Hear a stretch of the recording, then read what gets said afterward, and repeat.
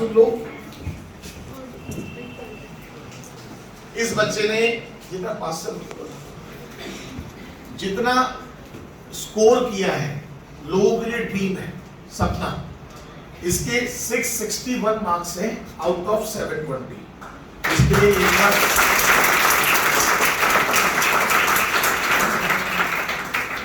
मैं जिस तरीके से पेपर को एनालाइज कर रहा हूं, मुझे मतलब पेपर सच में देख के ऐसा लगता है कि मेरिट थोड़ी सी डाउन जानी चाहिए या नहीं जानी चाहिए, बट आने वाले टाइम में मुझे ऐसा लगता है कि भाई आपको बायो तो पूरी मारनी पड़ेगी। पूरी मारने से मतलब 340 plus, chemistry 160 plus, physics 140 plus, ये एक मिनिमम टारगेट लेके आप काम करेंगे तो कहीं कुछ बच सकते।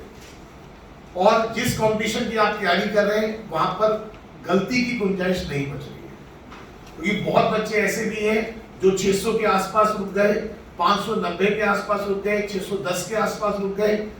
सुबह से मैं उन बच्चों से भी बात कर रहा हूं, तो कहीं ना कहीं मन अफसोस होता है। एक बच्चे के 590 नंबर है, अब 590 नंबर के बाद क्या होता है, ना तो छूटते बनता, ना पीछे हटता, ना तो कुछ मिलता है तो कुछ बेकार चीज मिलती है, और 590 वाला ना पीछे हट सकता। वो चीज मैं आपसे कहता हूं कि मतलब कि आपको गुंजाइश नहीं देगी, अपना टारगेट ऊपर लेके चलो। तरीका मैं बताऊंगा, जैसे मैं कहूंगा। तिशा, आप ये ड्रॉपर बैच है, इसमें इंजीनियरिंग वाले बच्चे भी बैठे हैं, मेडिकल वाले भी बच्चे बैठे हुए हैं। आप इनको, आपने जैसे 11th 12th ड्रॉपर आपने जो तैयारी करी है, आप इन्हें वो कर, ये जिस रास्ते पे चलना चाहते हैं आप उस रास्ते पे चल चुके हो। आपको उन रास्तों के गड्ढे भी पता है कि कहां कहां पर गड्ढे आए, कहां कहां पर आपकी स्पीड स्लो हुई, और ऐसी क्या गलतियां थी जो सिलेक्शन को रोक सकती हैं, और ऐसी क्या चीजें हैं जो सिलेक्शन को सपोर्ट कर सकती हैं। सबसे मेन चीज तो ये है, सिलेक्शन को सपोर्ट करने वाली बातें कौन सी हैं और सिलेक्शन को रोकने वाली बातें कौन सी हैं। जैसे कुछ लोगों को लगता है कि हम बहुत ज्यादा फालतू पढ़ लें, ऑर्गेनिक में फालतू पढ़ लें, या बहुत एक ट्रेंड आजकल चल पड़ा है यूट्यूब पर, अनअकैडमी में या अदर कोचिंग, ब्रांडेड कोचिंग के अंदर ऑर्गेनिक के नाम पर कुछ भी पढ़ा दिया, पता चला एमएससी की ऑर्गेनिक भी पढ़ा। बच्चों को लगता है बिल्कुल नई नई चीजें हैं, सब कुछ नया है। आप बताओ बच्चों को, और ऑफलाइन टेस्ट की क्या इंपॉर्टेंस है। जैसे आपने वीकली टेस्ट देते थे, आपने कभी वीकली टेस्ट नहीं छोड़े, तो उससे क्या बेनिफिट रहा, और केमिस्ट्री को रिवाइज करने में कितना टाइम लगता था आपको, ये सब बात। हेलो, आप पहली बात तो देख लो कि बच्चा कितना डाउन टू अर्थ रह के ही आप काम करोगे, तभी आप कुछ कर सकते हो। ज्यादा हवा में आ गए तो आप गए काम से। सबसे पहले तो ये होता है कि थोड़ा सा टॉपिक्स वगैरह सुनते हैं तो एनसीईआरटी काफ़ी होती है, और बायो में एनसीईआरटी काफ़ी है, फिजिक्स में एनसीईआरटी क्वेश्चन करने से हैं, और केमिस्ट्री में सर्किट नोट्स भी काफ़ी होते हैं, उसमें सारे एनसीईआरटी कवर करा देते हैं। और बस ये होता है कि हम बहुत सारी चीज़ें ना पढ़ें, उन चीज़ों को बार बार रिवाइज करते रहें। और मैं क्या कह रहा था कि आप 10 बुक मत पढ़ो, आप एक बुक को 10 बार करो, वहां से आपकी स्पीड बनेगी। स्पीड बनने के लिए ये चीज जरूरी है कि आप जो है चीजों को बार बार करें। ये नहीं होता कि आप बिल्कुल अलग क्वेश्चंस कर रहे हैं, हर बार अलग क्वेश्चंस कर रहे हैं, चीजें गड़बड़ हो जाती हैं। आज बेटा कॉन्ग्रेचुलेशन।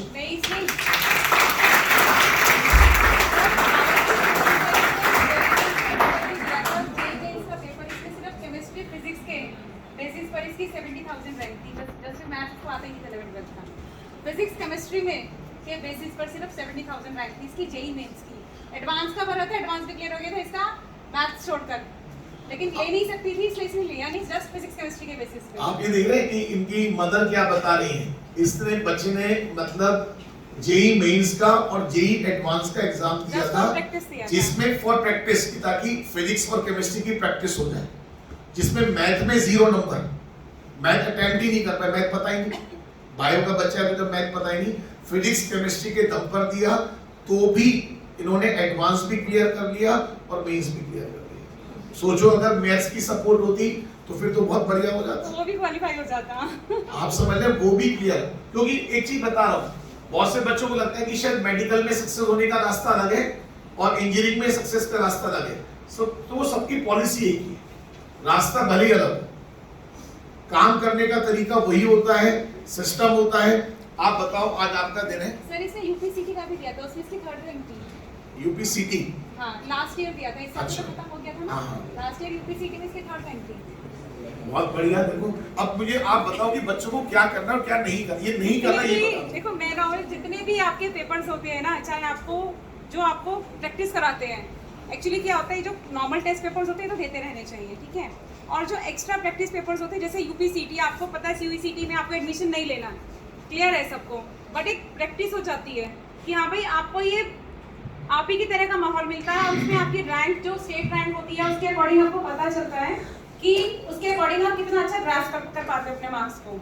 इसीलिए आप लोग ये मत सोचो कि आपको खाली नीट में जाना है या खाली आईआईटी में जाना है तो सिर्फ मेरे को ही एक सिंगल पेपर देना है। उसके अलावा जितने भी ये कॉम्पिटिशन पेपर्स होते हैं गवर्नमेंट के, ये भरते रहना चाहिए। इससे आप लोगों की प्रैक्टिस बहुत इंप्रूव हो जाती है और अपने आप को आपको पता चलता है कि हम कितना अच्छा कर पा रहे हैं। ये बहुत जरूरी है, क्योंकि क्लास टेस्ट में क्या होता है, कितना भी कह लो बच्चे हैं ना चीटिंग करते ही करते हैं। एक क्वेश्चन बता दें मुझे, अगर बताओ आप कंपटीशन के माहौल में आकर भी अगर बच्चे एक दूसरे से एक भी क्वेश्चन पूछ के कर रहे हैं ना, तो वो अपना लॉस कर रहे हैं और दूसरे का बेनिफिट कर रहे हैं। लेकिन बच्चे फिर भी कितना भी समझाओ, बच्चे ईमानदारी से टेस्ट नहीं देते, चीटिंग करते ही हैं। क्योंकि जब ये यहाँ टेस्ट देती थी तो इसके और भी थे 1-2 जने, अरे ये वाला बता दे, वो बता दे, अरे देखने दो। मैंने कहा तू नहीं पूछती, कहती नहीं मैं नहीं पूछती, अगर मैं पूछूंगी तो फायदा क्या है मुझे। इसने कभी आज तक स्कूल टॉपर भी किया, इसने स्कूल भी टॉप किया अपना, 11th-12th भी, 12th में भी टॉपर रही है, आईएससी बोर्ड में डिस्ट्रिक्ट में 2nd टॉपर थी है। तो उसके अकॉर्डिंग कभी चीटिंग नहीं, नर्सरी से लेकर 12th तक कभी कोई चीटिंग का मतलब नहीं, कि जो करना है फुल्ली अपनी मेहनत से करना है। इसलिए आप लोग एग्जाम्स बहुत देते रहे। ऑफलाइन टेस्ट बहुत जरूरी है, बिना ऑफलाइन के आपको यही नहीं पता चलेगा कि हमारे जो आपकी जो मिस्टेक्स रहती है ना, कि एक बबल भरा आपने 3-4 क्वेश्चन सॉल्व किए, एक क्वेश्चन छोड़ दिया, उसके ऊपर के सारे बबल भर दिए, पूरी सीरीज में गलत हो। इसलिए इस चीज को थोड़ा सा मैंने आपको बबल भरना भी सिखाया था। मैंने कभी बबल भरने हो तो बोल के 23 का बी, याद है पॉइंट। मैंने कहा था एक क्वेश्चन अगर ऊपर छूट गया तो 3-4 क्वेश्चन गलत होने के बाद हमें होश आता है। 23 का बी, 24 का सी, बोल के पेन रख के 24 पे पेन रखो और सी पर पेन रखो, फिर गोला घुमाओ। ये सारी चीजें मैंने बताता हूँ, सारी चीजें, क्योंकि सारी चीजें काम आती है। एक आता हुआ क्वेश्चन जब गलत होता है ना, वो बड़ा खतरनाक होता है। अभी भी एक क्वेश्चन वो आता था और किया नहीं था कि डाउट था, मतलब आता हुआ क्वेश्चन जब गलत होता है ना, वो आपको बहुत पीछे मारता है। जो क्वेश्चन सबने गलत कर दिया वो आपकी रैंक पर इफेक्ट नहीं डालेगा, पर जो क्वेश्चन फर्स्ट टॉपर गलत कर रहा है तो वो आपकी रैंक पर क्या इफेक्ट, कोई रैंक नहीं इफेक्ट करेगा। बट जो सबने ठीक कर दिया और आपने गलत कर दिया, वो क्वेश्चन आपको बहुत पीछे खींच देता है। अब इन्हें बता दो कि इन्हें मिनिमम क्या करना है। जैसे मैं इनसे कहता हूं कि आपको एटलीस्ट पहले तो डीपीपी सॉल्व करनी है। डीपीपी आपको याद है, काफी अच्छे क्वेश्चंस थे। उसके बाद प्रीवियस ईयर के क्वेश्चंस करने हैं। प्रीवियस ईयर के क्वेश्चन अगर आपको मेडिकल के कम लगते हैं तो आप जेई मेंस के ले लो। जेई मेंस के केमिस्ट्री में तो मैं कहता हूं करो आप। डीपीपी के अंदर जेई मेंस के भी कवर है, सारे क्वेश्चंस कवर है, और नीट के भी कवर है, और एक्स्ट्रा भी कवर है। अगर आप डीपीपी करते हो तो सब कुछ कवर है। उसके बाद मैं फिर कहता हूं कि आप टेस्ट पेपर्स करो, और मैं कोशिश करता हूं कि एक चैप्टर के 2 से 3 टेस्ट पेपर मैं कवर करने की कोशिश करता हूं कि कम से कम 3 टेस्ट पेपर आपके चैप्टर वाइज हो जाए, ताकि पहले टेस्ट में तो कुछ कमी है तो सेकंड में तो थर्ड में। अब ये बताओ, इसके अलावा आपको क्या लगता है कि और क्या करना चाहिए? एक तो ये होता है कि आप एक सब्जेक्ट के पीछे बाकी को मत छोड़ दो, क्योंकि उससे फिर प्रॉब्लम हो जाती है लास्ट में आगे। और डीपीपी में बहुत सारे क्वेश्चन होते हैं तो वो कम नहीं पड़ते, बस ये उन्हें बार-बार रिवाइज करना पड़ता है। ये बहुत जरूरी है कि जैसे मैंने स्टार्टिंग में टेस्ट पेपर्स दिए थे, फिर ठीक है जो मार्क्स आ रहे हैं, रैंक अच्छी है तो फिर आगे बढ़ो, ऐसे नहीं करना होता। उनको ना रिवाइज करना होता है, बार-बार पढ़ना, क्वेश्चन भूल जाते हैं और मिस्टेक देखनी होती है, वरना तो फिर हमें काफी है। बाकी आपको ऐसे टाइम सेट करना पड़ेगा, केमिस्ट्री को इतना टाइम देना है, आज बायो को इतना टाइम देना है। मैंने स्टार्टिंग में गलती करी थी, बहुत ज़्यादा टाइम मैंने केमिस्ट्री को दिया था, क्योंकि यहाँ पे मार्क्स लगता था, लिस्ट लगती थी, तो उस चीज़ में आ जाता है। इस चीज़ का ध्यान दो। मतलब बैलेंसिंग चाहिए, चारों सब्जेक्ट में बैलेंसिंग। अगर आपको याद 50 क्वेश्चन केमिस्ट्री में, 50 फिजिक्स में, 100 क्वेश्चन बायो में, अगर मैथ वाले हो तो 50 क्वेश्चन मैथ में। अगर आप इस बैलेंसिंग के साथ चलते रहते हो तो आपका सब चीज आगे आगे चलती है। अगर आप एक सब्जेक्ट में इलझ गए, एक सब्जेक्ट से कुछ नहीं है, इलझना नहीं है और चलते रहना है। और कई बार जैसे क्वेश्चन आपका प्रॉब्लम आ गई तो उस प्रॉब्लम को गोल घुमाओ, आगे चलो। ये नहीं उस प्रॉब्लम पे अटक के रह गए आप, पता चला अटकने के चक्कर में आपने कुछ भी नहीं करा, और आप आगे चले गए और आगे चलते चलते वो प्रॉब्लम भी आपकी सॉल्व हो गई। ये चीज समझ लेना, आपको अटकना नहीं है, आपको आगे चलना है। सर ऐसा ऑर्गेनिक में तो बहुत होता है। ऑर्गेनिक में काफी होता है, चीजें अटकती हैं, बचलते हैं, बट आप ये समझ लो ऑर्गेनिक के जो मेरे नोट्स हैं बहुत कंसाइज नोट्स हैं, बट उससे बाहर कुछ पेपर नहीं आता। पहला आप भी आ जाओ, इनके लिए भी एक बार।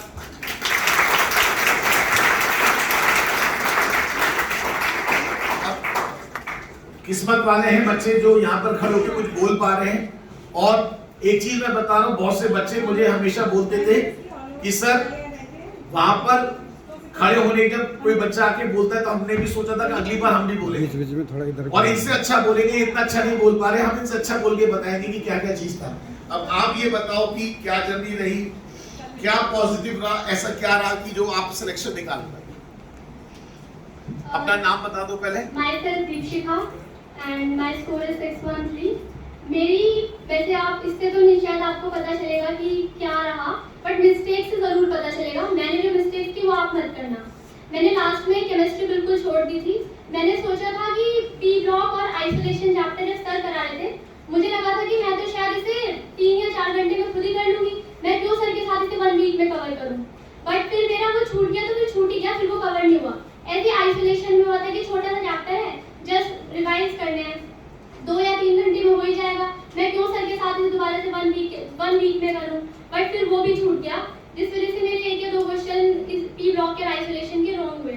आप ऐसे बिल्कुल मत करना।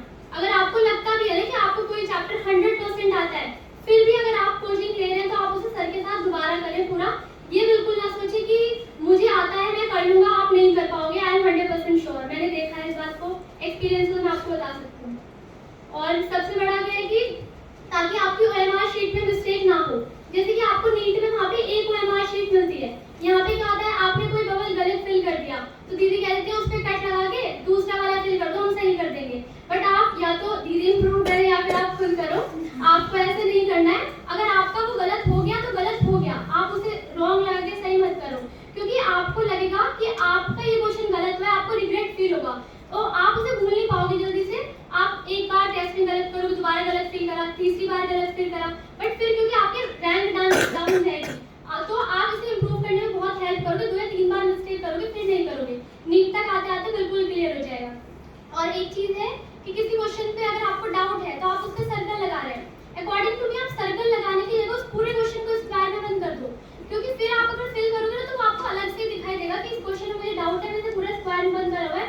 आप उसे एकदम स्किप करके निकल सकते हो, क्योंकि आप ना जनरली सर्कल हम उस क्वेश्चन से भी लगा सकते हैं जिनमें हमें थोड़ा बहुत डाउट है, एक होते हैं बहुत ज्यादा डाउट है बाद में सॉल्व करना है। इससे अच्छा पूरा स्क्वायर करो, उसे देखने के बाद में टाइम वेस्ट नहीं होगा आपका। समझ में आया क्या कहा? कितने बच्चों को बात समझ में आई? ये पॉइंट बहुत इंपॉर्टेंट है कि जब आप फर्स्ट राउंड ले रहे होते हैं, सुन लो ध्यान से, जब आप फर्स्ट राउंड ले रहे होते हैं तो कुछ क्वेश्चन तो ऐसे होते हैं 50-50 वाले कि हमें 2 ऑप्शन में कंफ्यूजन है, और कुछ क्वेश्चन ऐसे होते हैं कि हमसे होगा ही नहीं।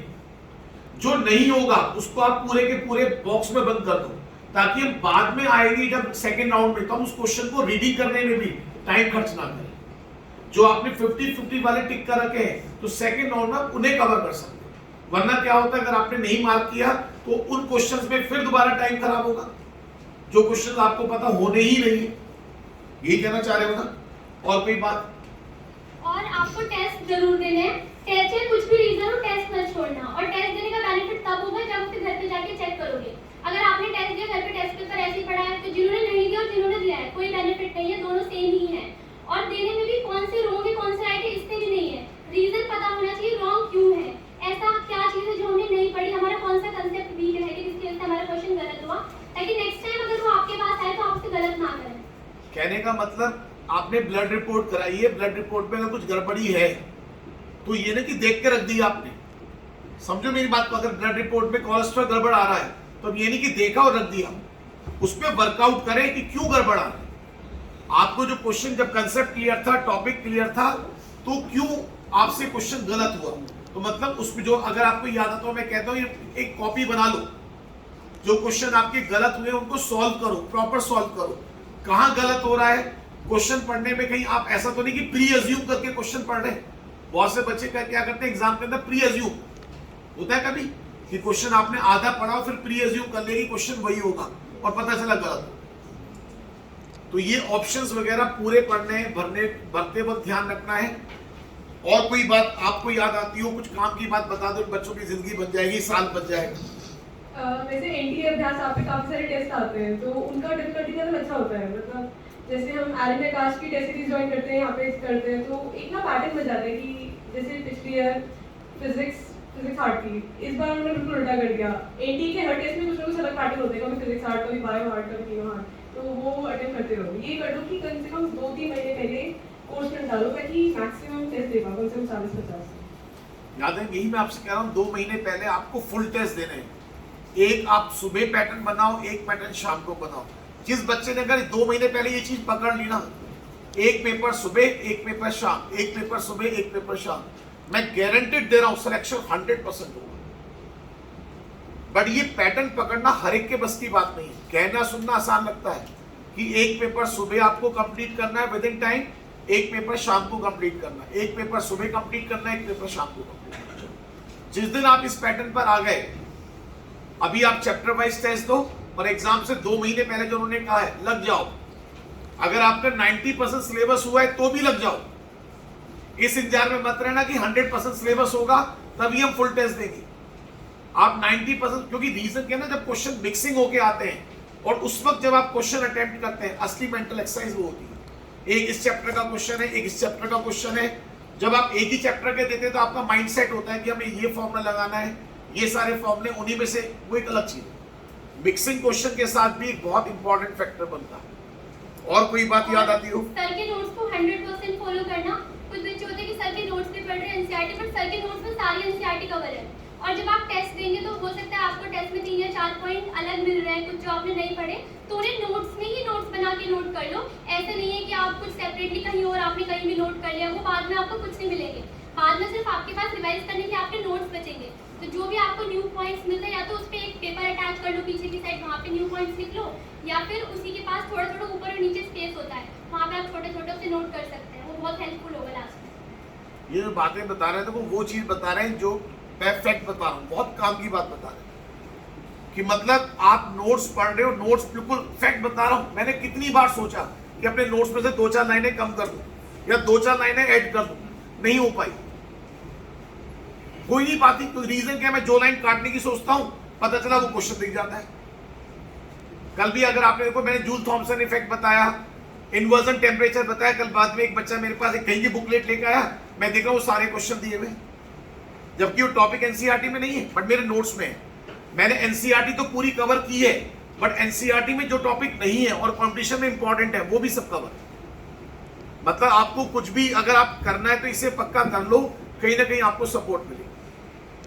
और सर के डीपीपी के बाद बस चाहो तो सिर्फ एक बुक फॉलो करो। वैसे सर के डीपीपी में सब कुछ कवर हो ही जाता है, तो अगर सिर्फ एक बुक फॉलो करो, ये नहीं कि 2 चैप्टर इस बुक से कर लिए, 2 उससे कर लिए, तो कोई बेनिफिट नहीं होगा।